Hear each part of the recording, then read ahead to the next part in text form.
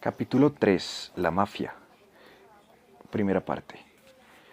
No existe un deslinde claro e invariable entre el bandolerismo social descrito en el último capítulo y los movimientos que vamos a describir en el presente, entre los cuales la mafia siciliana es el más interesante y duradero. Ambos son muy primitivos, no solo en la aceptación de la palabra tal y como la llevamos definida, sino también en la medida en que tienden a desaparecer tan pronto como movimientos que implican una fase más adelantada aparecen en el escenario. En conjunto son bastante inadaptables, allá donde sobreviven al surgir de movimientos modernos como son las asociaciones campesinas, los sindicatos de trabajadores rurales y los partidos de izquierda, perduran como algo bastante diferente de lo que cabe definir como movimientos sociales. Las mafias, conviene utilizar el término para todos los fenómenos de la estirpe, tienen una serie de características peculiares. Primero, nunca son movimientos sociales puros con metas y programas específicos. Son, por así decirlo, el punto de reunión de toda suerte de tendencias existentes dentro de las sociedades en que germinan. Representan la defensa de la sociedad como conjunto global contra las amenazas que se ciernen sobre su forma tradicional de vida. También vienen a traducir las aspiraciones de las diversas clases que componen esta sociedad y las ambiciones personales y aspiraciones de algunos miembros individuales que de ella caracterizados por su enérgica vitalidad. Así que se trata hasta cierto punto, al igual que los movimientos nacionales, de los que acaso sean una especie de embrión de movimientos fluidos. De las circunstancias depende que sea su tinte general el que determine el color de la protesta social del pobre, como ocurre en Calabria, o que revisten el aspecto que les dan las ambiciones de las capas medias locales, como en Sicilia, o que prevalga un aspecto meramente delictivo, como en la mafia norteamericana. Segundo, hasta cierto punto están desorganizadas. Cierto es que algunas mafias están por lo menos teóricamente centralizadas y a la vez que tienen auténticas, entre comillas, cadenas de retransmisión del mando y un verdadero sistema de ascensos jerárquicos, siguiendo quizás el modelo de las órdenes masónicas. Pero la situación más interesante es aquella en que no existe o no existía en fase anterior organización adecuada alguna por encima del nivel local y aún a este no se encuentran más que una organización tanto primitiva. Tal es el caso de la mafia siciliana clásica. ¿Bajo qué condiciones aparecen las mafias? De esa pregunta hemos de decir sencillamente que no se la puede contestar, porque no sabemos cuántas ha habido o existen. La mafia siciliana es el único ejemplo de su clase en la Europa moderna que haya estimulado la descripción y el análisis en cantidad relativa, fuera de referencias casuales a las entre comillas asociaciones delincuentes, a las entre comillas asociaciones secretas de ladrones y de protectores de ladrones, y a fenómenos semejantes. No sabemos casi nada acerca de la situación en otros lugares, y lo que sabemos nos permite, en el mejor de los casos, decir que hubo una situación de la que podía haber surgido una mafia, en la que podía haber existido sin que podamos precisar si de hecho la hubo.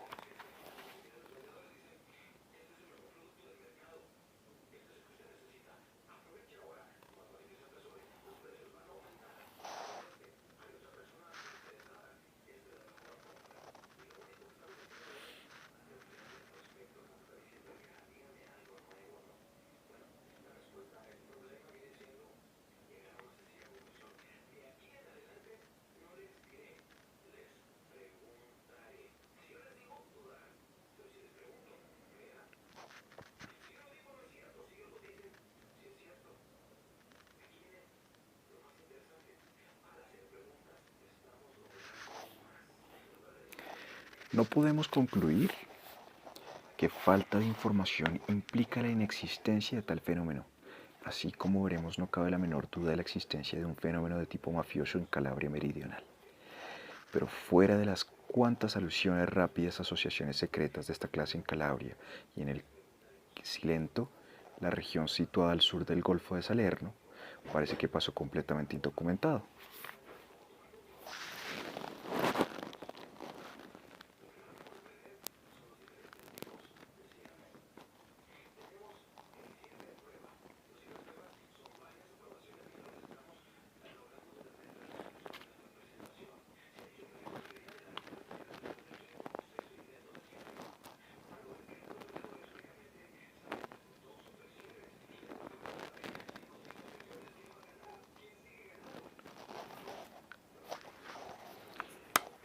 Los grupos secretos compuestos principalmente por gentes rurales analfabetas trabajan en la oscuridad.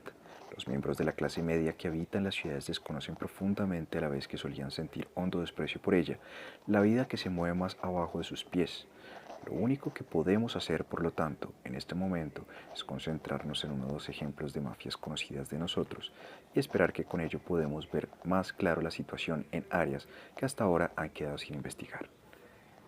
Se sabe menos de lo que cabe suponer de la mafia, aunque no se discuten los hechos conocidos y a pesar de una literatura descriptiva y analítica tan abundante como útil.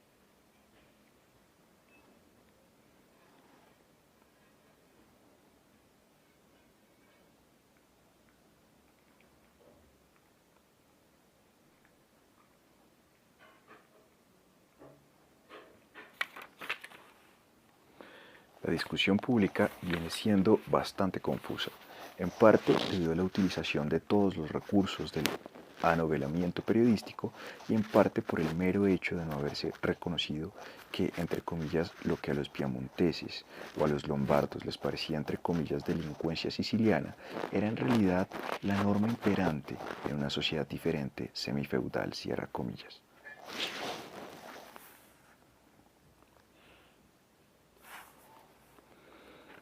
Así que acaso convenga resumir lo que acerca de ella sabemos. La palabra mafia representa aquí varias cosas diferentes. Primero representa una actitud general frente al Estado y frente a la ordenación jurídica estatal que no es necesariamente más criminal que la actitud muy parecida de, pongamos por caso, los intentos de las escuelas de pago inglesas frente a sus maestros. El mafioso no acudía al Estado o a la ley en sus diferencias privadas con los demás, sino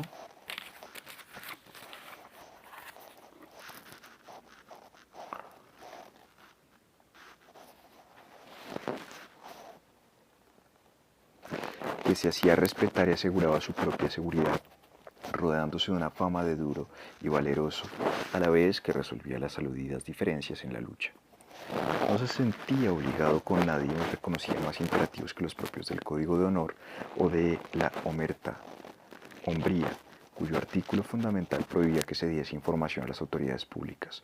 Dicho de otro modo, la mafia, que puede escribirse como con M minúscula cuando es utilizada en este sentido, era una suerte de código de conducta que tiende siempre a formarse en sociedades carentes de un orden público eficaz y también en aquellas donde los ciudadanos consideran las autoridades total o parcialmente hostiles, así en las cárceles o en el AMPA fuera de ellas, o cuando las creen poco preocupadas de las cosas que realmente importan, como ocurre en los colegios, o ven en ellas una combinación de ambos males.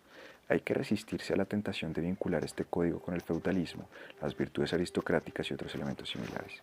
En alguna parte, rigió más totalmente que entre los rufianes y los maleantes de poca monta de los barrios bajos de Palermo, cuyas condiciones llegaban a un punto casi perfecto de ausencia de la ley, o más bien a una situación pareja a la ideada por Hobbes, en que las relaciones entre individuos o entre pequeños grupos se asemejan a las que mantienen entre sí potencias soberanas. Se ha indicado atinadamente que las partes realmente feudales de la isla, la omertá, tendía a implicar tan solo que no era permisible la denuncia más que si se trataba de persona en posición débil o de simple derrota.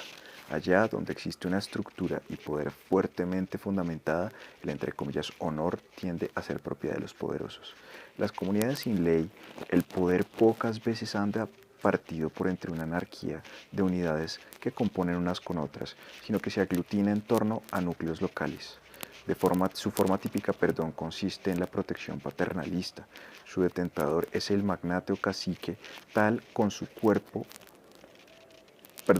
con su cuerpo de clientes y servidores, y la red de, entre comillas, influencia que le rodea y que impulsa a los hombres a ponerse a la sombra de su amparo.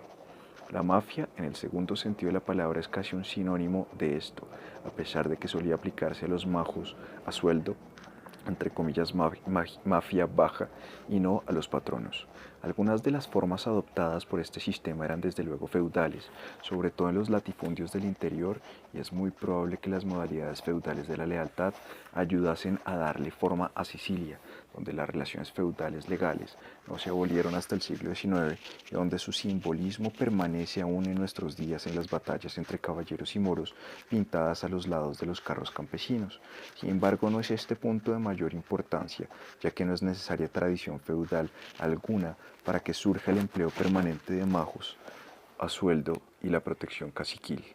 Lo que caracterizaba a Sicilia era el prevalecer universal de esta clase de protección y la virtual ausencia de toda otra forma de poder permanente.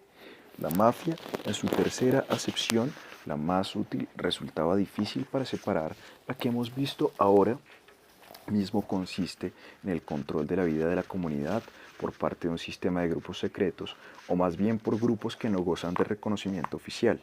Por lo que sabemos, este tipo de mafia nunca fue una sola asociación secreta organizada desde el centro, cuando la camorra napolitana, a pesar de que siempre han sido distintas las opiniones emitidas acerca de su grado de centralización. El informe del fiscal de Palermo en 1931 puede ser el que mejor describa la situación. Abre cita. Las asociaciones de las pequeñas localidades suelen ejercer su jurisdicción en estas y los municipios colindantes. Las de los centros importantes se hallan relacionadas unas con otras, aún llegando a las provincias más remotas y prestándose recíproca ayuda y asistencia.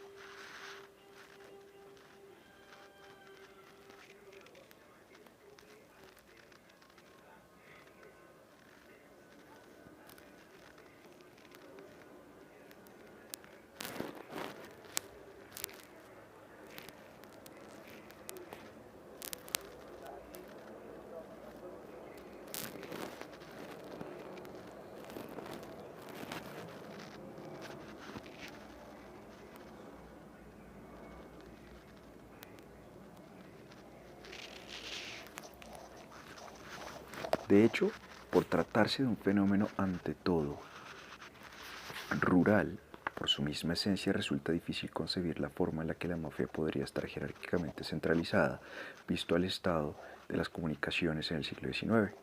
Tratábase más bien de una red de gangs locales, koshi, parece que en la actualidad se llaman entre comillas familias, que unas veces contaban con 2 o 3 miembros y otras con muchos más, cada uno de los cuales controlaba cierto territorio, en general un municipio o un latifundio, que estaban vinculados unos a otros de distintos modos.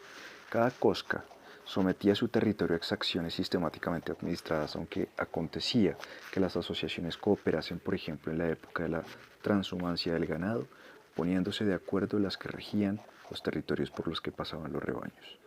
Las migraciones de segadores y sobre todo los vínculos entre los latifundios y los abogados de la ciudad, así como el conjunto de mercados y de ferias ganaderos en todo el país, facilitaban otros contactos entre los grupos locales. Sus miembros se reconocían mutuamente más por el porte, el vestido, el modo de hablar, la conducta, que mediante señales y contraseñas secretas convenidas. La majeza y la hombría profesionales, el parasitismo y la condición ilegal llevadas también a un punto profesional fomentaban el carácter especializado de su comportar, encaminado en la sociedad sin ley a impresionar a las ovejas, y acaso también a los leones con el poder de los lobos, y también a ponerles fuera del conjunto del rebaño. Los bravi de los novios de Manzoni visten y se comportan de modo muy parecido a como lo hacen los ampones Picchiotti de Sicilia de 2 siglos y medio más tarde. Por otra parte, cada una de aquellas asociaciones delictivas tenía en los años 70 del pasado siglo rituales y contraseñas increíblemente estereotipados, aunque parece que después de este periodo haya ido desapareciendo.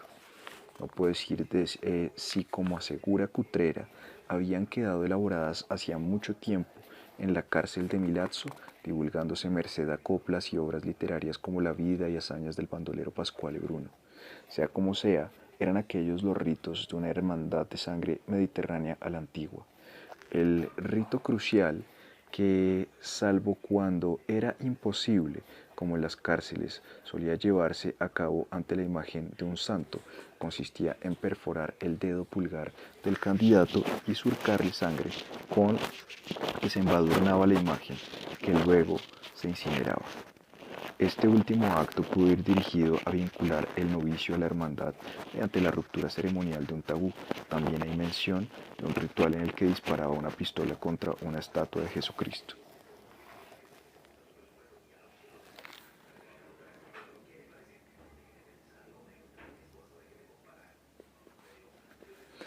Una vez iniciado el famoso se convertía en compadre, siendo en Sicilia como en los demás lugares del Mediterráneo el compadrazgo una forma artificial de parentesco que implicaba para las partes contratantes obligaciones de mutua ayuda de la mayor importancia y solemnidad.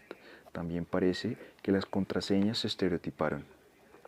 Sin embargo, esto no prueba que la asociación estuviese centralizada, porque la camorra, organización puramente napolitana sin vínculos en Sicilia, tuvo también una iniciación típica de las hermandades de sangre, muy parecida a la anteriormente descrita. En lo que alcanzamos a ver, a pesar de su calidad estereotipada, cada grupo parece haber considerado estos rituales vínculos particulares propios, al estilo de cómo los chicos adoptan formas estereotipadas de deformación de las palabras como lenguaje estrictamente privado. Hasta es probable que la mafia llegase a desarrollar alguna forma de coordinación casi nacional con su dirección central, suponiendo que este vocablo no peque de exceso de precisión, cita en Palermo. No obstante, como veremos, reflejaba esto la estructura y la evolución económica y social de Sicilia. Por debajo del imperio de los estados borbónico y piemontés, aunque a veces compenetrada con ellos, en extraña simbiosis, la mafia, en las tres acepciones de la palabra, constituye un aparato paralelo, tanto como sistema normativo, como en su aspecto de poder organizado. De hecho, en lo que hacía a los ciudadanos que habitaban las áreas sometidas a su influencia, era la única ley y el único poder eficaces. En una sociedad como la siciliana, donde el gobierno oficial no podía o no quería ejercer un dominio eficaz, el surgir de un sistema como este era tan inevitable como la aparición en ciertas regiones de Norteamérica del laissez-faire, del dominio de la banda, contrarrestado únicamente por fuerzas compuestas de particulares reunidas para la persecución de delincuentes y la vigilancia aldeana. Lo que caracteriza a Sicilia es la extensión territorial y la cohesión de su sistema de poder particular y paralelo. No era sin embargo universal, ya que tampoco necesitaba de él por igual todos los sectores de la sociedad siciliana.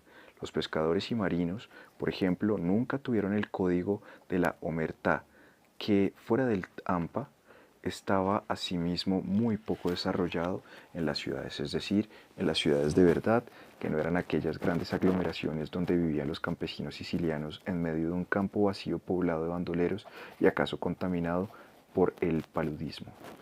Los artesanos urbanos tendían, sobre todo durante las revoluciones como en Palermo en 1773 y 1820-1821, a organizar sus propias rondas de vigilancia, ronde, hasta que la alianza de las clases dominantes, temerosas de sus implicaciones revolucionarias, impuso la Guardia Nacional, en la que podían tener más confianza, y luego después de 1848 la combinación del policía y mafiosi. Por otra parte, había grupos que necesitaban especialmente defensa particular, los campesinos de los grandes latifundios del interior y los, entre comillas, mineros del azufre, precisaban de algún medio para mitigar su miseria fuera de las revueltas periódicas. Cierra comillas. La protección era vital para los propietarios de cierto tipo de bienes, los dueños de ganado presa tan fácil de los cuatreros.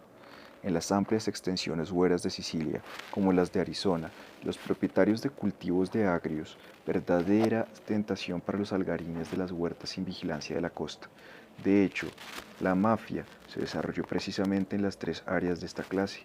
Dominó la llanura irrigada de cultivos frutales alrededor de Palermo, con sus aparcerías campesinas fragmentadas, las áreas mineras sulfurosas en el centro-sur y los grandes latifundios del interior. Fuera de estas zonas, era menos fuerte a la vez que tendía a desaparecer en la mitad oriental de la isla. Es un error creer que instituciones de aspecto arcaico vienen de muy antiguo. pueden haber surgido hace poco por razones modernas, por más que se funden en un material antiguo o que lo parece, como ocurre con los internados de pago o los atuendos de otro tiempo que armonizan la vida política inglesa. Perdón, amenizan la vida política inglesa. La mafia no es una institución medieval, sino de los siglos XIX y XX. Su periodo de mayor gloria pertenece a los años ulteriores a 1890. No cabe duda de que los campesinos sicilianos vivieron a todo lo largo de la historia bajo el doble imperio de un gobierno central alejado y comúnmente extranjero y un régimen local de propietarios de esclavos o señores feudales. Y esto porque Sicilia era el país del latifundio por antonomasia. No cabe duda de que nunca tuvieron ni pudieron tener la costumbre de considerar el gobierno central Estado real, sino que habían de verlo bajo el aspecto de una forma singular de bandolerismo, cuyos soldados, alcabaleros, guardias y tribunales caían sobre ellos de vez en cuando.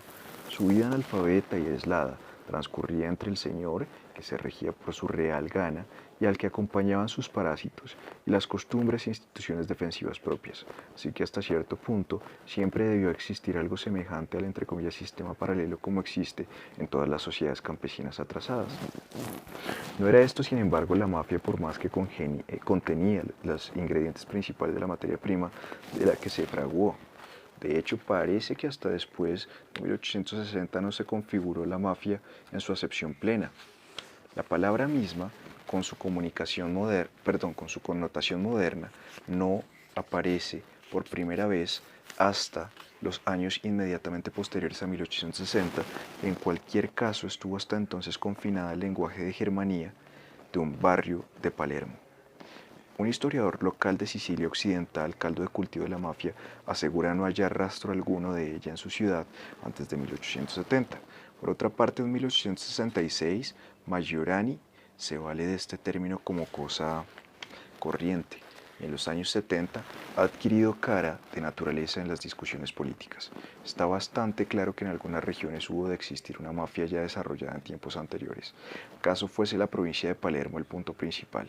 Nada más típicamente mafioso que la carrera de Salvatore Micelli, el cacique de Monreale, que llevó sus escuadras armadas a la lucha contra los Borbones en Palermo de 1848, siendo luego perdonado y hecho capitán del ejército por los mismos Borbones en los años 50, dato característico este. Se pasó luego con sus hombres a Garibaldi en 1860 y murió luchando contra los piamonteses en el alzamiento de Palermo de 1866.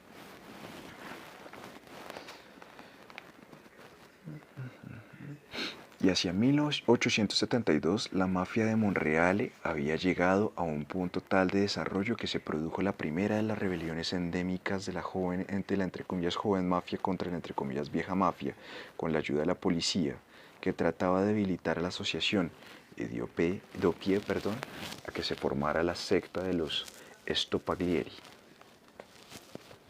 No obstante, después de la abolición oficial del feudalismo en Sicilia, 1812-1838, y sobre todo después de la conquista de la isla por la clase media norteña, ocurrió algo bastante fundamental al entre comillas sistema paralelo, sin que quepa ponerlo en duda, cosa lógica al cabo. El problema consiste en describir eso que ocurrió.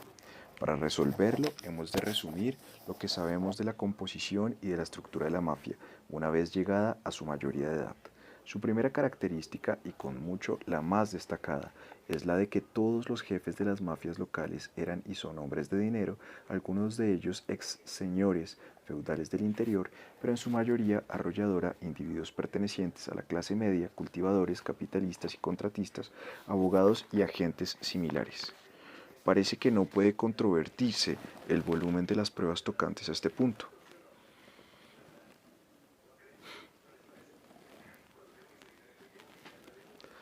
Como la mafia era ante todo fenómeno rural, lo anterior implica de por sí el comienzo de una revolución, ya que a mediados del siglo XIX la tierra que en Sicilia poseía la burguesía no pasaba del 10% aproximadamente del área cultivada.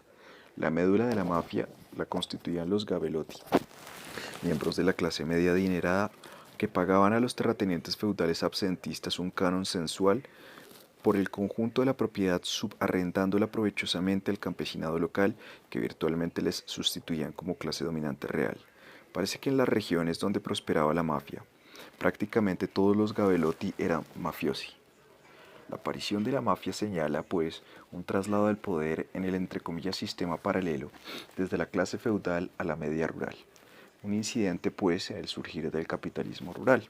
Al mismo tiempo, la mafia fue uno de los principales mecanismos de este traslado, porque si el gabeloto se valía de ella para obligar al arrendatario o al aparcero a aceptar los términos de su contrato, también se valía de ella para forzar la aceptación del propietario absentista. El hecho de hallarse la mafia entre las manos de la que podríamos llamar clase entre comillas comerciante local, eso que ampliase los límites de su influencia hasta un punto que nunca podía haber alcanzado si hubiera quedado en mera cosa de majos cuyo horizonte terminaba en las lindes de su propia ciudad. La mayoría de los Gabelotti estaban vinculados con Palermo, donde recibían sus rentas varones y príncipes absentistas, del mismo modo que estaban ligadas al siglo XVIII con Dublín todas las villas irlandesas. En Palermo vivían los abogados que se ocupaban de las transmisiones de propiedad importantes y que en muchísimos casos eran los hijos y sobrinos de la burguesía rural que habían ido a la universidad. Allí estaban los funcionarios y los tribunales con los que había que, entre comillas, entenderse. Allí los comerciantes que negociaban con el trigo y el ganado tradicionales, así como con las nuevas cosechas precedentes de la naranja y del limón. Palermo era la capital donde se venía haciendo tradicionalmente las revoluciones sicilianas, es decir, donde se venían adoptando las decisiones fundamentales tocantes a la política de la isla. Por eso, no es sino natural que las ramificaciones locales de la mafia estuviesen unidas en un solo nudo en Palermo, aunque por razones evidentes, la existencia de una, entre comillas, alta mafia palermitana siempre se haya intuido sin poder demostrarla con datos. El aparato coactivo del entre comillas sistema paralelo era tan poco definido y tan descentralizado como su estructura política y legal, pero cumplía con su cometido de proporcionar la tranquilidad interior y el poder hacia afuera. Es decir, la función de controlar los habitantes locales y la de no dar tregua al gobierno extranjero. No es fácil dar una idea lúcida y breve de su estructura. En cualquier sociedad con la terrible pobreza y la opresión sin límite de los sicilianos, hay una amplia reserva potencial de matones como la hay de prostitutas. El entre comillas hombre malo es con palabra expresiva de la Germanía delictiva francesa, una entre comillas afranqui, y no hay otros métodos individuales de escapar a la servidumbre de una esclavitud virtual que los que proporcionan la matonería y el bandolerismo. En Sicilia, esta amplia categoría constaba fundamentalmente de tres grupos: los hombres a sueldo y fuerzas de policía particulares, como los guardiani y los campieri, que velaban sobre huertos y pastos; los bandoleros delincuentes y profesionales, y los más duros y autosuficientes entre los que se dedicaban a un trabajo legítimo. Debemos tener presente que lo mejor que podía hacer el campesino o el minero para mitigar la opresión de que era objeto era ganarse una reputación de duro o de amigo de gente con los que más valía no gastar bromas. El punto normal de reunión de todos ellos era el séquito del cacique local, que daba empleo a los hombres de valor y audacia y se protegía a los que se hallaban fuera de la ley, aunque no fuera más que por el hecho de que necesitaba para su prestigio demostrar que tenía el poder de hacerlo así. De este modo, ya existía una red local que unía a los guardas, a los gañanes, a los bandoleros majos y matones con los terratenientes locales. Puede decirse casi con seguridad que dos cosas fueron las que convirtieron este conjunto en mafia.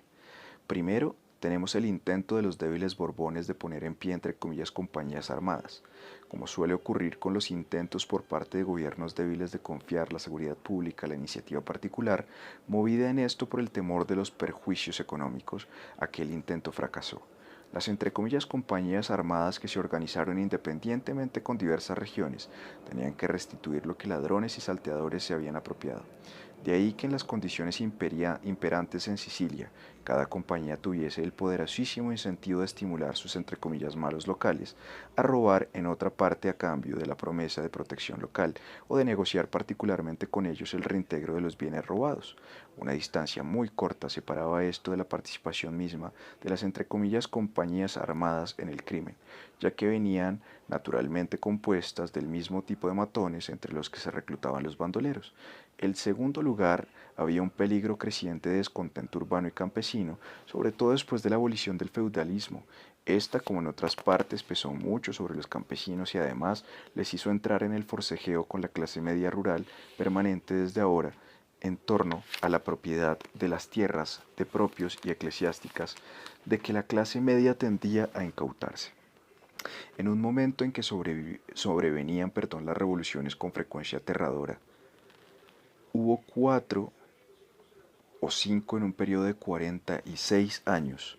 No era ilógico que los ricos tendieran a reclutar dependientes para los fines de defender sus intereses particulares, de ahí las llamadas, entre comillas, controescuadre, o que se adoptasen otras medidas encaminadas a evitar que las revoluciones se desbordaran, y nada se prestaba tanto a las prácticas mafiosas como esta combinación del rico rural y del rufián.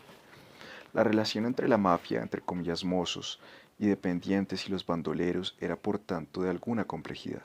Como propietarios que eran, los capimafia no estaban interesados en el crimen, aunque sí les importaba mantener un cuerpo de seguidores armados para sus propósitos coactivos.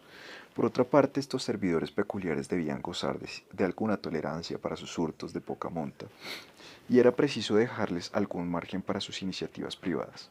Finalmente, los bandoleros resultaban casi puramente negativos, aunque alguna vez podía recurrirse a ellos para reforzar el poder del jefe.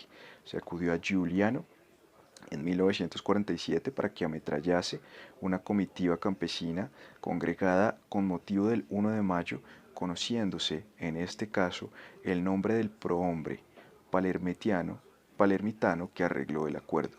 Sin embargo, en ausencia de un aparato estatal centralizado no podía eliminarse el bandolerismo, de donde la componenda particular a que se llegó, solución tan típica de la mafia, un monopolio local de la exacción controlada e institucionalizada a menudo, para que así pierda su carácter de fuerza desnuda y la supresión de los intrusos.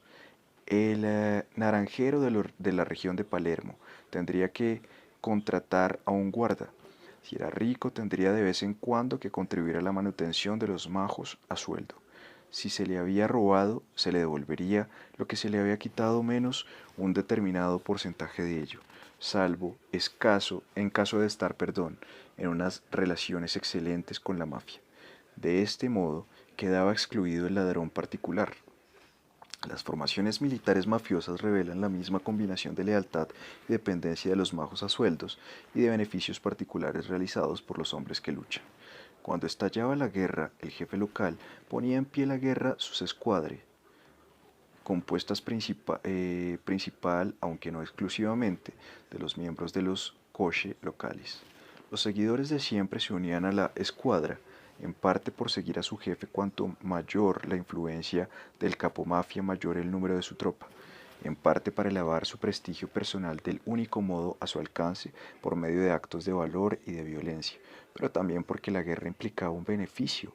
Las revoluciones más importantes, los capimafia, llegaban a un acuerdo con los liberales de Palermo, comprometiéndose estos a pagar un estipendio diario de 4 tari por cabeza, a la vez que aportaban armas y municiones, y la promesa de este sueldo, por no mencionar la perspectiva de botín, aumentaba las filas de los escuadres. Parte 2. Tal era pues el sistema entre comillas paralelo de la mafia. No puede decirse que nadie se lo impusiera a los sicilianos. En cierto sentido, surgió a consecuencia de las necesidades de todas las clases rurales y sirvió a los intereses de todos en grado diferente.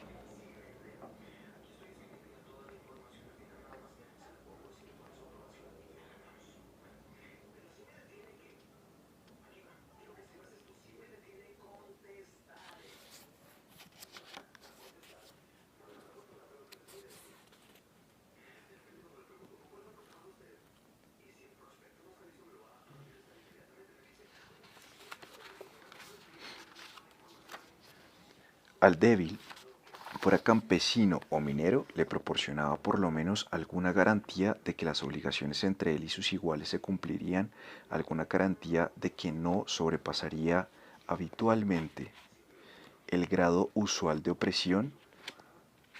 Se trataba del terror que mitigaba las tiranías tradicionales y es posible que también satisfaciese cierto deseo de venganza, haciendo que los ricos fuesen a veces despojados y que los pobres, aunque no fueran más que desde su condición de bandoleros, devolviesen ocasionalmente golpe por golpe. Aún puede que algún caso proporcionase el marco de origen de una organización revolucionaria o defensiva, sea como sea en los años 70 del pasado siglo, parece que existió cierta tendencia por parte de las sociedades amicales y de organizaciones cuasi mafiosas como la Fratelanza de la ciudad sulfurosa de Favara, los Fratuzzi de Bagheria o los Stopaglieri de Monreale a fundirse unas con otras. Para los señores feudales se trataba de un medio para la salvaguardia de su propiedad, así como de su autoridad. Para la clase media rural era un instrumento a su alcance para obtener ambas cosas. Era para todos herramienta de defensa contra el explorador extranjero, el gobierno borbónico o piamontés y un método de autoafirmación nacional o local. Mientras Sicilia no fue más que una sociedad feudal estática sometida a un imperio extranjero, el carácter de conspiración nacional contra la cooperación con estos poderes que tenía la mafia le proporcionó una base popular auténtica. Las escuadre lucharon con los liberales palermitanos, entre los que se contaba la aristocracia siciliana antiborbónica, en 1820, 1840 y 1860.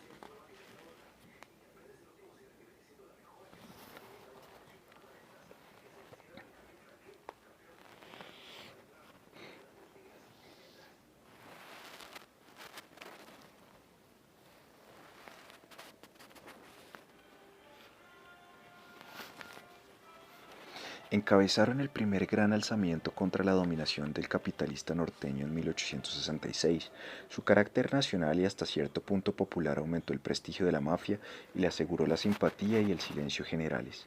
Está claro que se trataba de un movimiento complejo en el que cabían elementos contradictorios, mas por inconveniente que le resulte al historiador, debe renunciar a la tentación de clasificar más precisamente a la mafia en esta fase de su desarrollo.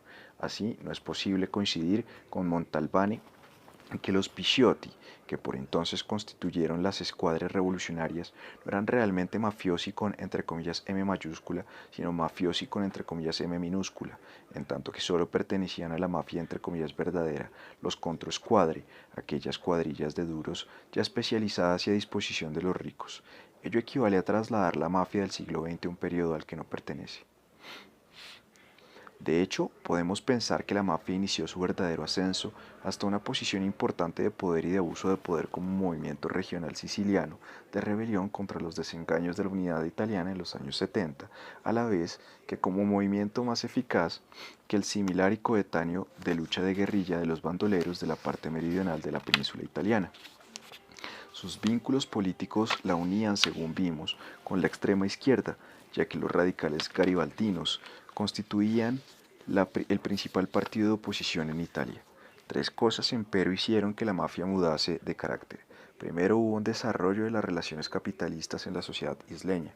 La emergencia de formas modernas de movimientos campesinos y obreros en lugar del viejo alternar de un odio conspirativo tácito y de matanzas ocasionales pusieron a la mafia ante un cambio sin precedentes. La última vez que luchó contra las autoridades con armas fue en 1866. El gran alzamiento campesino de 1894, los Fasci Siciliani, nos muestra a la mafia del lado de la reacción o por lo menos en su postura neutral. En cambio, estas sublevaciones las organizaron adalides de un nuevo tipo, socialistas locales relacionados con organizaciones de nuevo cuño, los fasci, o asociaciones de defensa mutua independientes de los jácaros. Empezó a asomar la moderna proporción inversa que existe entre la fuerza de la mafia y la actividad revolucionaria. Ya entonces se observó que el auge de los fasci había disminuido la dependencia de los campesinos hacia la mafia. En el año 1900, y aunque rodeado por centros mafiosos el bastión del socialismo, Piana dei Greci, se había librado hasta un punto notable de la impronta mafiosa.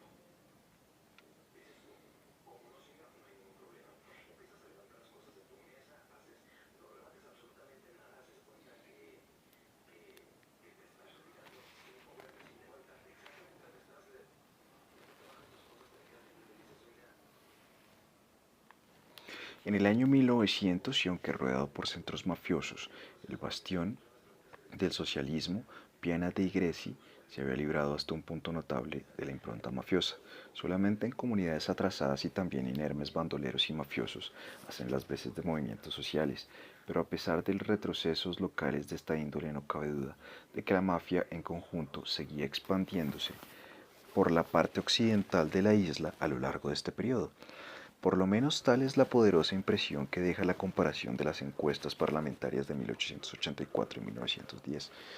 El segundo lugar, la nueva clase rectora de Sicilia, rural, de los Gabelotti y sus socios urbanos descubrieron un nuevo modus vivendi con el capitalismo norteño. No compitieron con él, aunque no estaban interesados en la manufactura y casi no se producían en el norte algunos de sus productos más importantes como la naranja. De ahí que la transformación del sur en colonia agraria del norte comerciante y manufacturero no les preocupase mucho. Por otra parte, la evolución de la política norteña les dio un instrumento sin precedentes y sin precio para acumular poder entre sus manos, el voto. Los grandes días del poder de la mafia, días que sin embargo iban envueltos en un presagio de declive, comienzan con el triunfo del entre comillas liberalismo en la política italiana y proceden con la extensión del sufragio. Desde el punto de vista de los políticos del norte, al terminar el periodo conservador que siguió a la unificación, el problema del sur era cosa sencilla.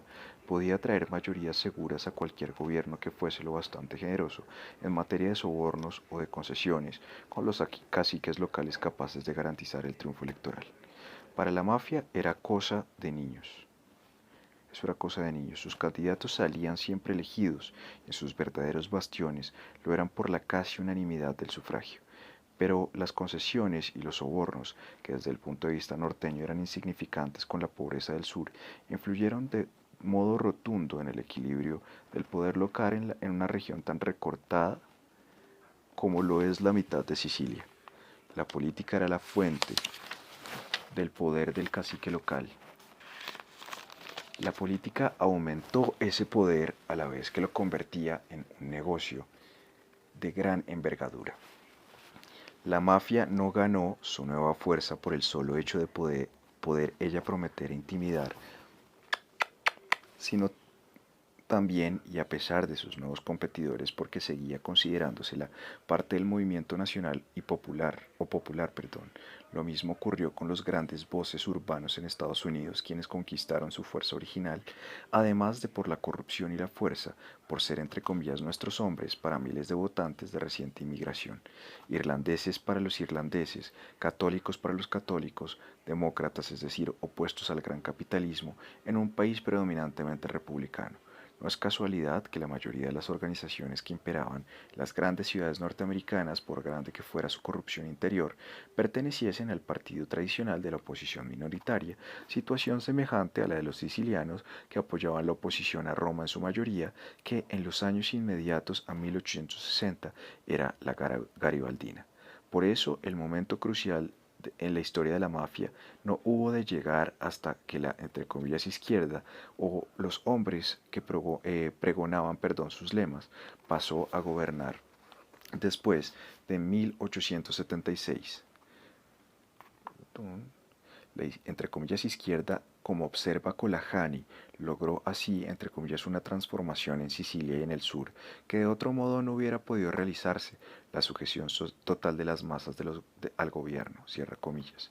La organización política siciliana, es decir, la mafia, se convirtió de este modo en parte del sistema gubernamental de clientela y pudo sacar tanto más partido de la situación cuanto que sus seguidores analfabetos y lejanos necesitaron algún tiempo hasta percatarse de que ya no estaban emitiendo su voto con la causa de la rebelión. Cuando lo vieron, como ocurrió por ejemplo, en las sublevaciones del último decenio del siglo pasado, ya era demasiado tarde. La complicidad tácita entre Roma con sus tropas y su estado de sitio y la mafia resultaba demasiado potente para ellos. Había quedado instaurado el entre comillas reino de la mafia. Para entonces ya era una fuerza considerable. Sus miembros ocupaban escaños de parlamento romano y sus manos llegaban a los puntos más reservados y exclusivos en que se guardaban lo que ellos consideraban botín público. grandes bancas, escándalos nacionales. Su influencia y sus apoyos llegaban ahora mucho más allá de lo que podían haber soñado los viejos capitanes locales como Miseli de Monreale.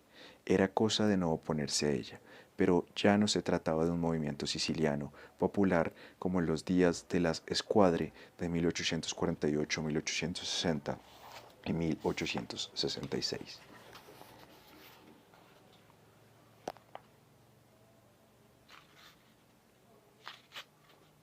3. De ahí su decadencia. Acerca de esta sabemos menos que de su apogeo, ya que no han aparecido estudios importantes sobre ella durante el fascismo y tan solo muy pocos desde entonces.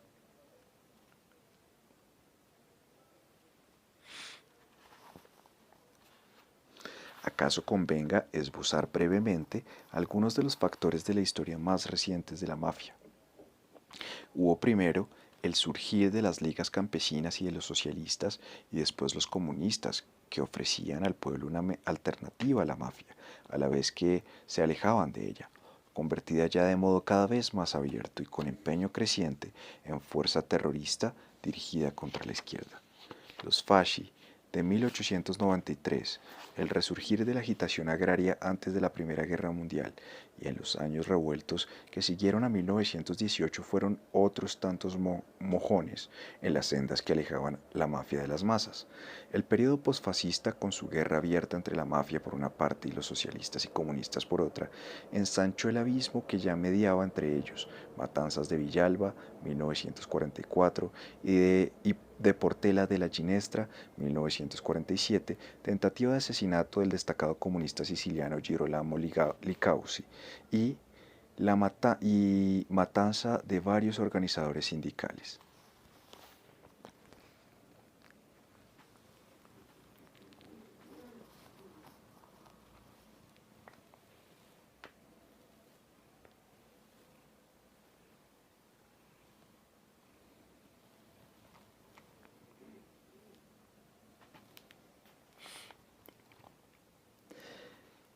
La base popular de la mafia, entre los campesinos, sin tierras, los mineros sulfureros, etc., ha tendido a mermar.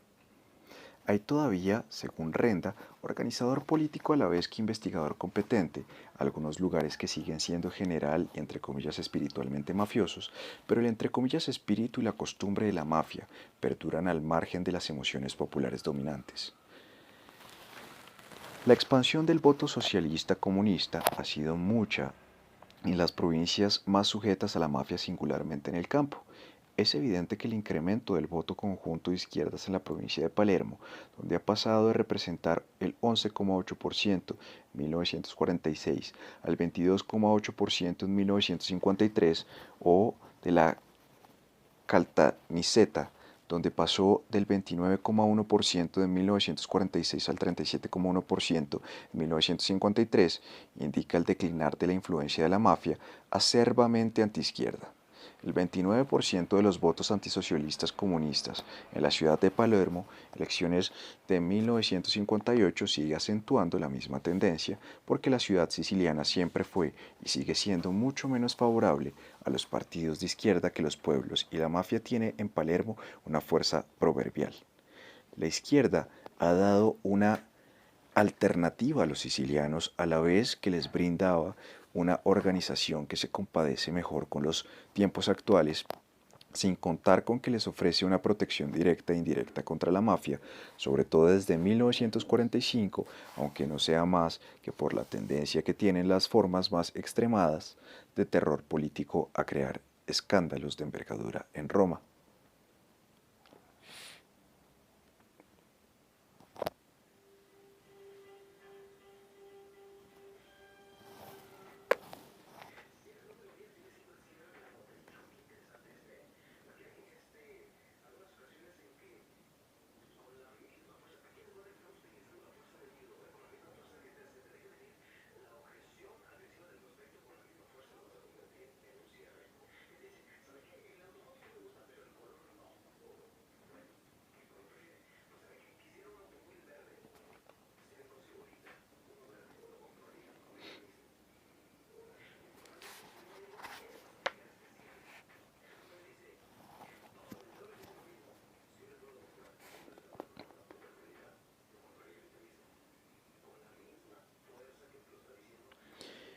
En segundo lugar, como la mafia ya no puede controlar las elecciones, ha perdido mucho del poder que emana de la clientela. En vez de ser un entre comillas sistema paralelo, no pasa en la actualidad de la categoría de grupo de presión muy poderoso vista desde el ángulo político. Luego estaban las divisiones intestinas de la mafia.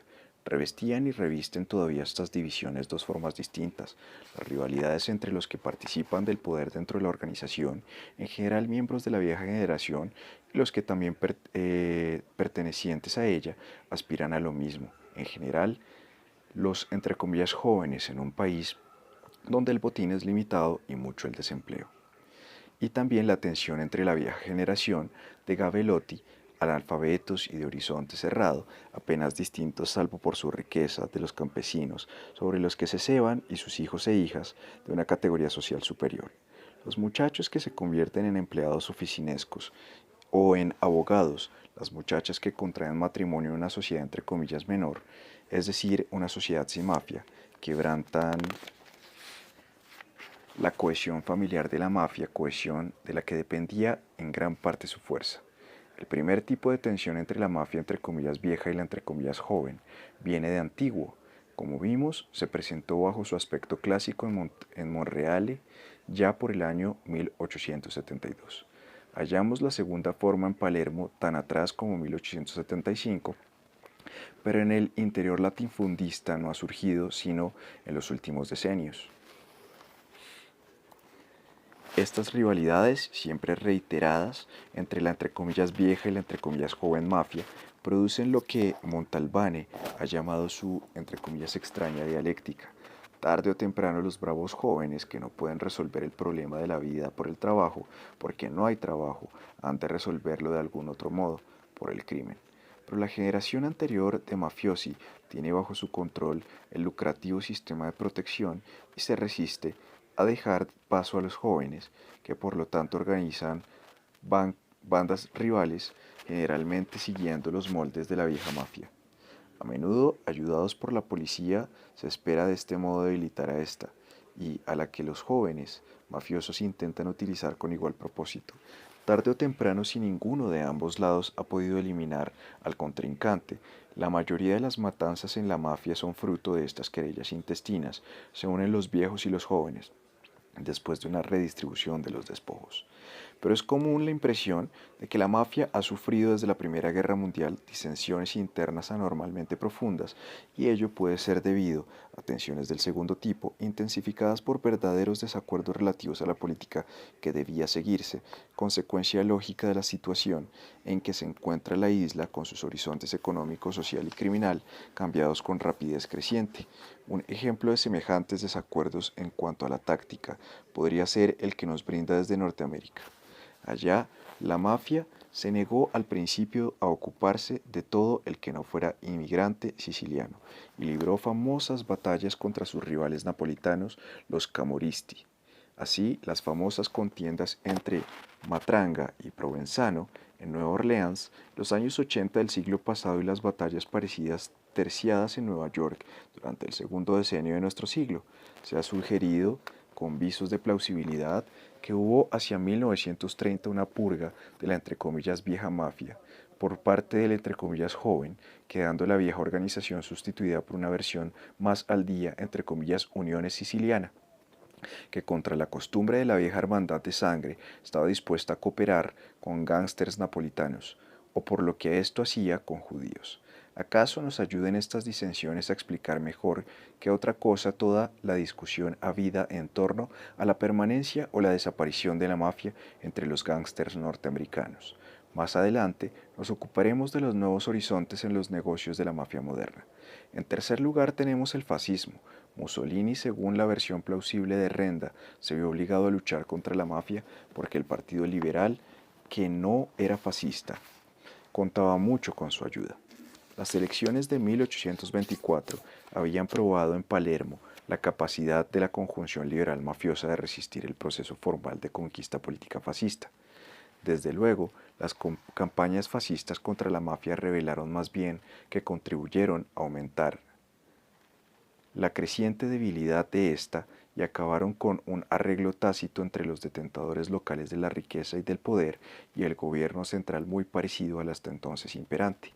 Pero al suprimir las elecciones, el fascismo privó sin lugar a duda a la mafia de su principal base para obtener concesiones de Roma, y el movimiento de las camisas negras brindó a los mafiosos descontentos y aún a los postulantes a mafiosos una magnífica oportunidad de valerse del aparato estatal para suplantarla a sus rivales y afincados,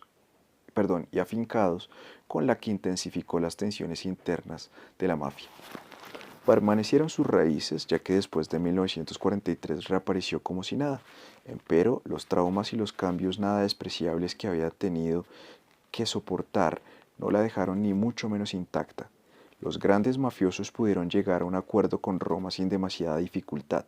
Para muchos sicilianos lo ocurrido era que el sistema paralelo y el gobierno oficial se habían fundido en una sola conspiración opresora. Era un paso más por el camino iniciado en 1876 y no un desandarlo. Los pequeños mafiosos, por otra parte, sufrieron seguramente las consecuencias. Hasta se ha dicho que las campañas fascistas, entre comillas, detuvieron el largo proceso por el cual las capas medias de la mafia se iban insertando cada vez más en el sistema de propiedad latifundista en calidad de propietarios minifundistas o de fincas de extensión regular, cierra comillas. No sabemos muy bien cómo volvió a emerger la mafia después de 1943.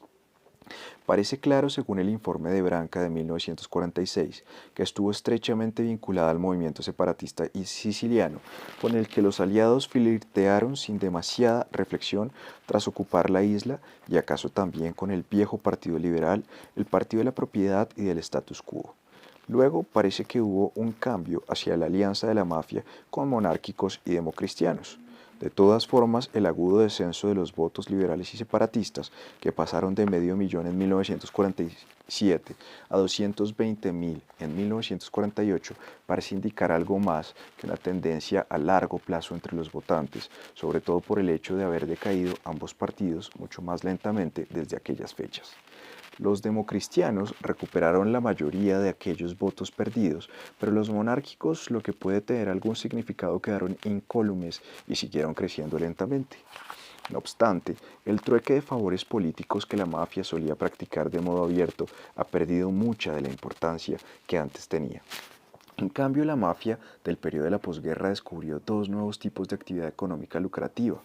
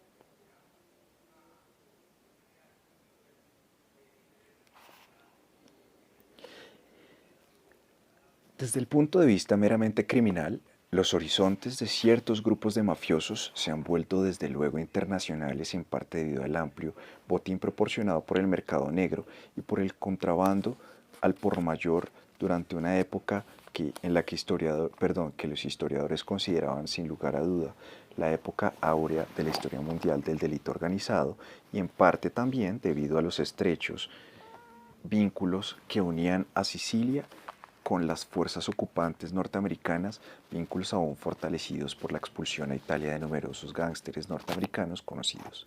Parece que no puede ponerse en tela de juicio que una gran parte de la mafia se ha dedicado con entusiasmo al tráfico de la droga a escala internacional. Hasta es posible que los mafiosos estuvieran dispuestos a subordinarse a actividades delictivas organizadas fuera de la isla, actitud que no se puede estar más distante del viejo provincialismo. Mucho más importante es el método por el que la mafia ha sabido hacer frente a la destrucción de la que había sido su principal fuente de apoyo, la economía latifundista. Los señoríos han desaparecido y muchos varones han expulsado a sus campieri, pero la posición ocupada por los mafiosos como agentes de influencia lugareña les ha permitido cobrar de las abundantes ventas de tierras a los campesinos realizadas en cumplimiento de las diversas reformas agrarias. Entre comillas puede decirse asegurar renda y que prácticamente todas las compras de pequeñas parcelas campesinas se han negociado por mediación de elementos mafiosos, cierra comillas, entre cuyas manos han tendido a quedar mucha de la tierra y parte no pequeña de los demás bienes. De este modo, la mafia, una vez más, ha desempeñado su papel en la creación de una clase media siciliana y sabrá sobrevivir probablemente a la destrucción de la vieja economía. El típico mafioso que acostumbraba a ser un campiere ha quedado sencillamente sustituido por el terrateniente u hombre de negocios perteneciente a la mafia. No sabemos cómo ha cambiado la organización misma de la mafia en el curso de esta evolución. Puede pensarse que se habrá centralizado más debido a que la autonomía regional ha convertido Palermo en un centro todavía más vital para Sicilia de lo que era antes, como debido a las diversas tendencias entre comillas modernizadoras que se observan en las actividades de la mafia. Hasta dónde llega esta centralización no pasa de ser opinión personal de cada cual, y mientras los periodistas sigan designando simultáneamente y todos con la misma seguridad a distintas personas supuestamente entre comillas cabezas de la mafia, mejor haremos en limitarnos a formular la modesta afirmación de que de haber una dirección central, esta se halla casi seguramente en Palermo y concentrada con toda probabilidad entre las manos de abogados. Sección 4 del capítulo 3. La mafia es el más conocido fenómeno de su clase, pero no el único. No sabemos cuáles hay que se le puedan comparar. Pero estas cosas han atraído rara vez la atención de los estudiosos y tan solo han llamado la curiosidad de los periodistas de modo intermitente. La prensa local suele resistirse a publicar noticias que puedan perjudicar el entre comillas buen nombre de la religión, lo mismo que la prensa local de las ciudades veraniegas al borde del mar tienden también a eludir noticias de tormentas. Por más que la llamada entre comillas sociedad honorable, Endraguita, Fibia, haya sido desde siempre conocida de todos los en Calabria, del sur, y aunque llegó a oídos de la policía la noticia de su existencia en 1928-1929, casi todo lo que sabemos de ella se debe a una serie de acontecimientos semifortuitos ocurridos en 1953 a 1955. En aquellos años dobló el número de homicidios en la provincia de Reggio Calabria. Como las actividades locales de la Fabia tenían implicaciones políticas nacionales, el coche de un ministro del gobierno fue en un momento dado detenido por los bandidos por error al decir de unos, y de los diversos partidos se acusaron unos a otros de valerse de los gángsteres locales. El esfuerzo policíaco de agosto-septiembre de 1955 dio lugar a que la prensa nacional diera mucha más y mejor información de lo que se acostumbraba, y resultó que un conflicto interno de la asociación en el que tenía que ver la policía hizo que varios de sus secretos valieran a la luz del día.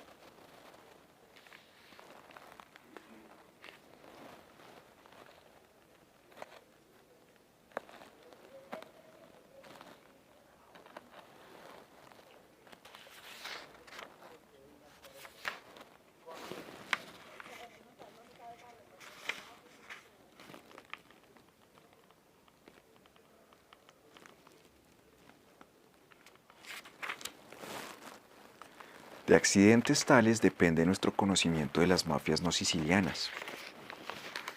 La Honorata Società parece haber surgido aproximadamente al mismo tiempo que los Carbonarios.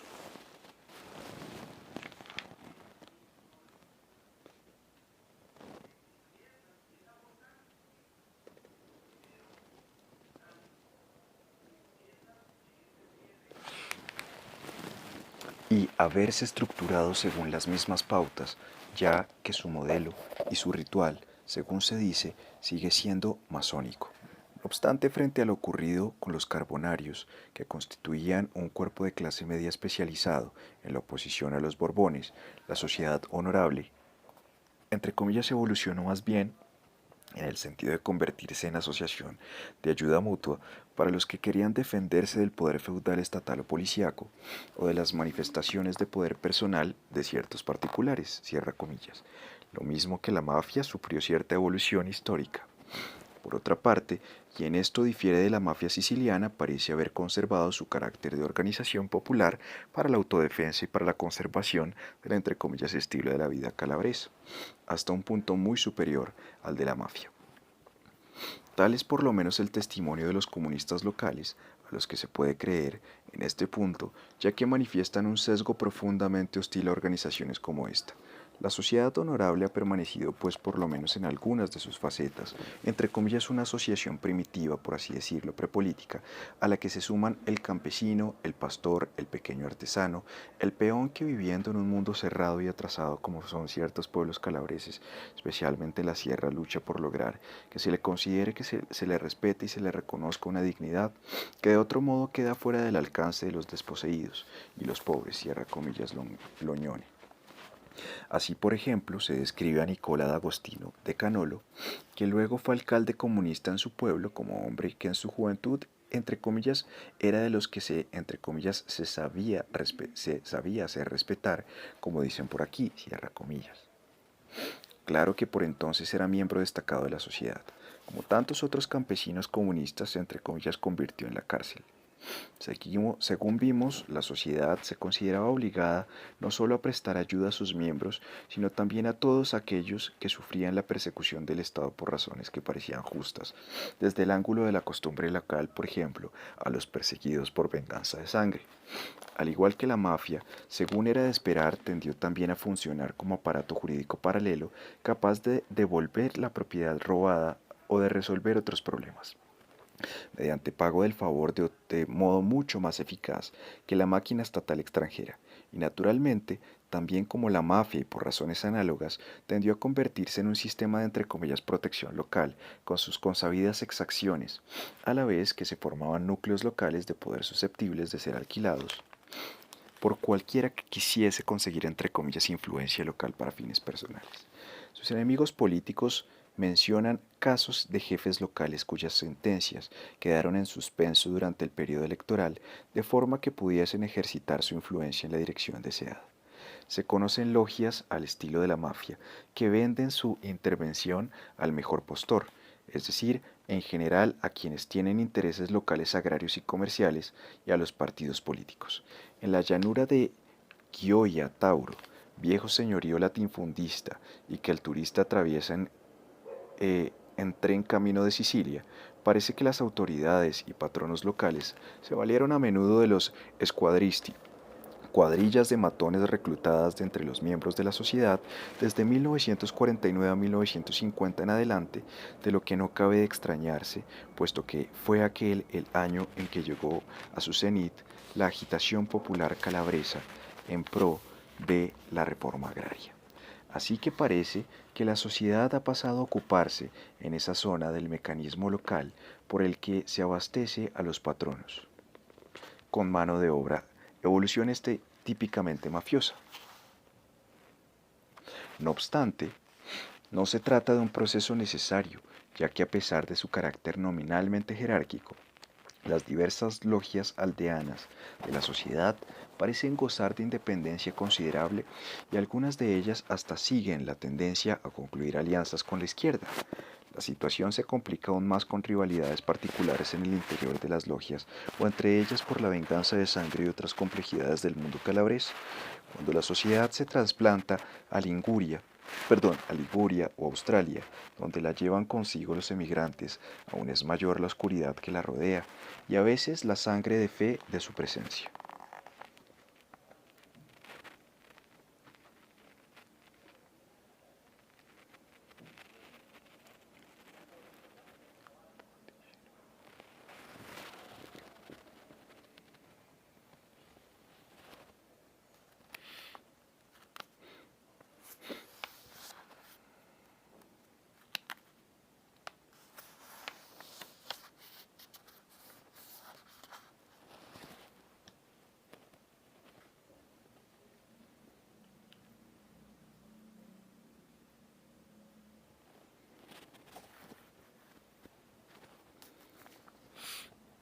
Parece empero que puede decirse que su evolución en el sentido ya visto de la mafia siciliana moderna no ha sido sino parcial.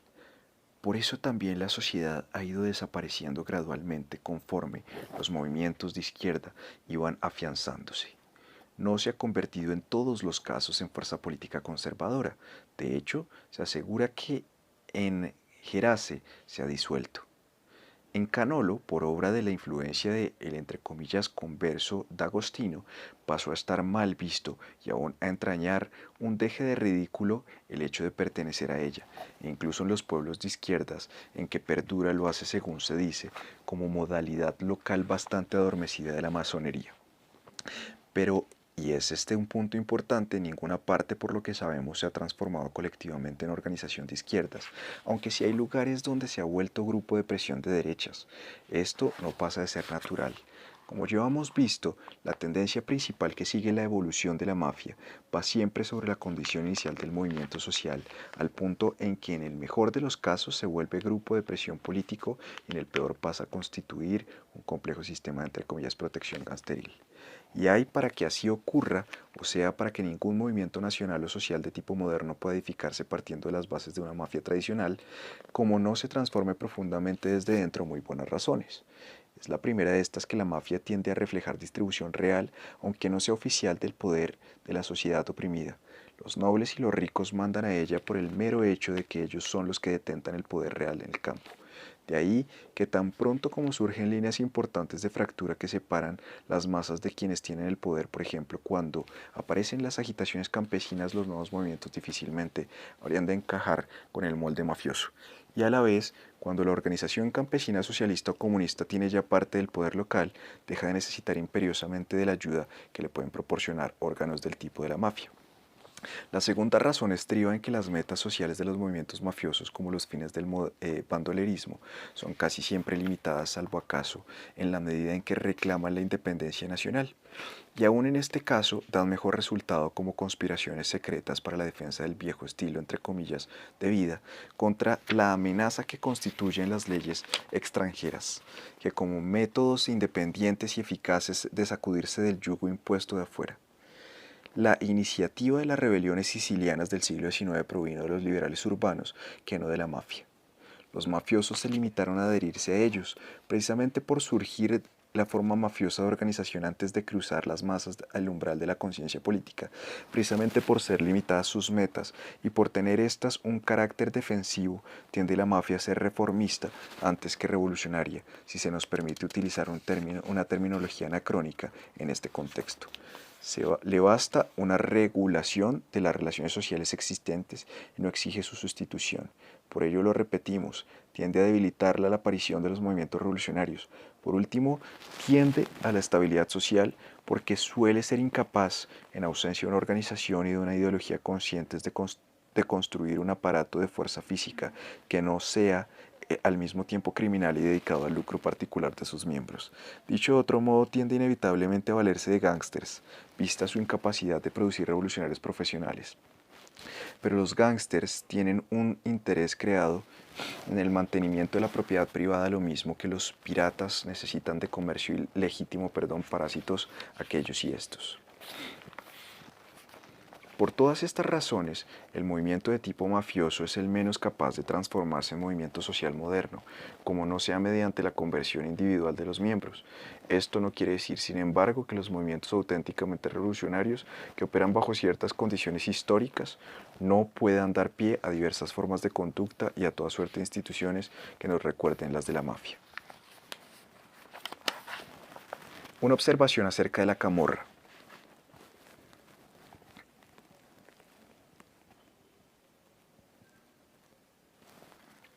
¿Acaso convenga añadir una breve observación del particular?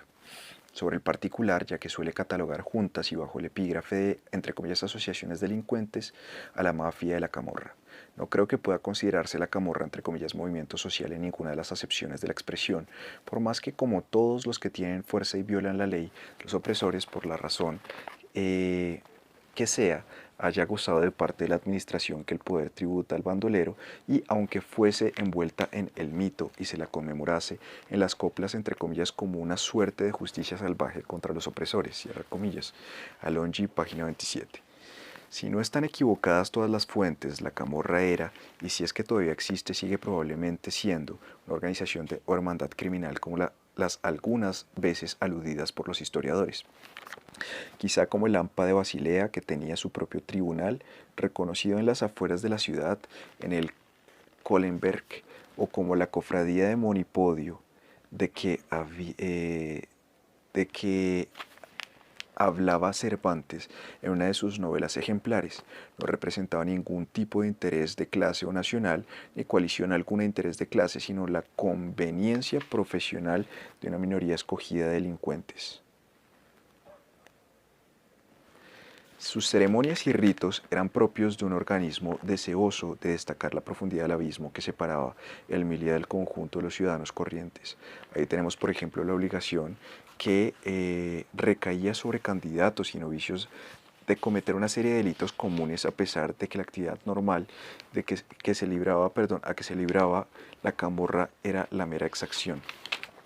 Su criterio de, entre comillas, honradez, este concepto recuerda las bases de referencia para la admisión de las hermandades profesionales, presuponía que los candidatos pertenecían al mundo del AMPA. El candidato, además de ser fuerte y valiente, no podía tener una hermana o esposa prostituida, ni podía haber sufrido sentencia condenatoria por homosexualidad pasiva, es decir, seguramente por prostitución masculina. Tampoco podía tener relación con la policía, Alonghi, página 39. Su origen debe buscarse con toda probabilidad en las cárceles, que en general y en todos los países tienden a generar, entre comillas, camorras entre los presos, aunque pocas veces llegan a institucionalizarse en forma tan arcaica. No se sabe a ciencia cierta cuándo salió de las cárceles. Lo más probable es que fuera entre 1790 y 1830, acaso a consecuencia de las varias revoluciones y reacciones habidas en Nápoles. Una vez en libertad, creció rápidamente su poder y su influencia, debido no poco a la tolerancia de los Borbones, quienes después de 1799 vieron en el lumpenproletariat de Nápoles y en todo lo con él relacionado su mejor aliado contra el liberalismo. Como llegó a controlar prácticamente todos los aspectos de la vida del napolitano pobre, aunque su principal fuente de lucro fuese seguramente la, entre comillas, protección a que sometía el juego en sus distintas manifestaciones, fue haciéndose cada vez más indispensable para la administración local y por ende cada vez más poderosa. Durante el reinado de Fernando II hizo las veces de policía secreta del Estado contra los liberales bajo Francisco II, llegó a un acuerdo con estos, aunque no dejó de hacer algún dinero a guisa de chapuza, amenazando con denunciar a tal o cual de sus aliados liberales, según le convenía.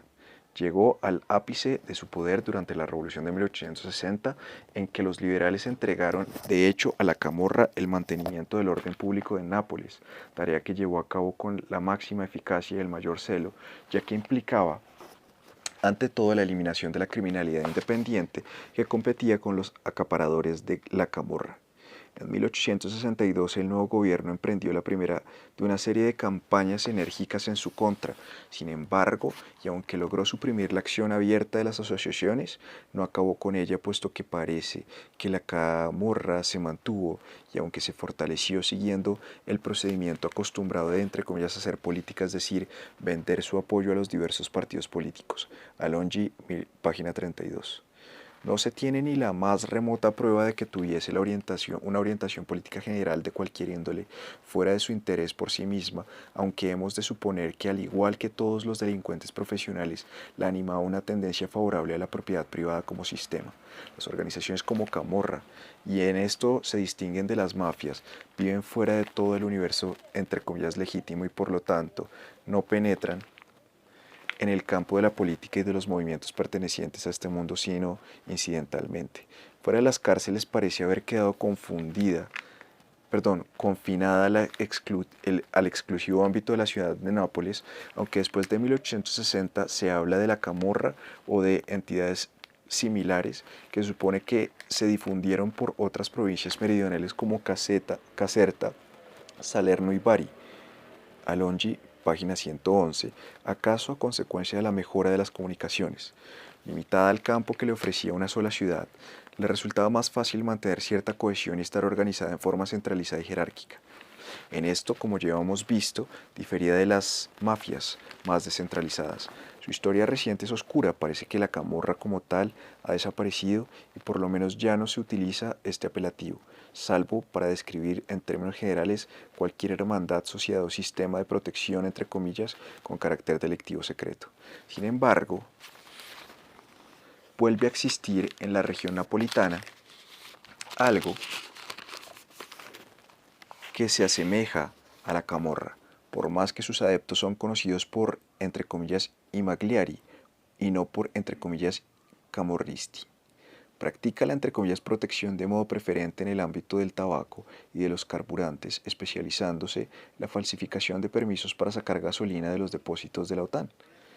En, entre comillas, exenciones de una u otra clase y singularmente en el comercio frutero y vegetal que parece haber caído en gran parte bajo el control de los gángsters. También tiene fuerza las bandas de delincuentes, no puede precisarse si se trata de organizaciones corrientes o del tipo de la camorra en otros lugares, por ejemplo en la región de Nola y en las zonas del Salernitano, donde impera una verdadera vocación de la ley, área esta situada entre Noca Inferiore, Angri y Scafati, que se asegura estar bajo el control de un tal Vittorio Napi, entre comillas, o estudiante. Cabe concluir que en tanto que la camorra encierra gran interés para el sociólogo y el antropólogo en un debate acerca de los movimientos sociales que se desarrollan en el mundo entre comillas legítimo y no en el de Lampa, tan solo en la medida en que el pobre de Nápoles tiende a idealizar los gángsters de un modo que recuerda vagamente el bandolerismo social. No hay pruebas en abono de la opinión de que Camorristi o Magliari se hayan hecho nunca acreedores de una idealización cualquiera. Fin del capítulo 3.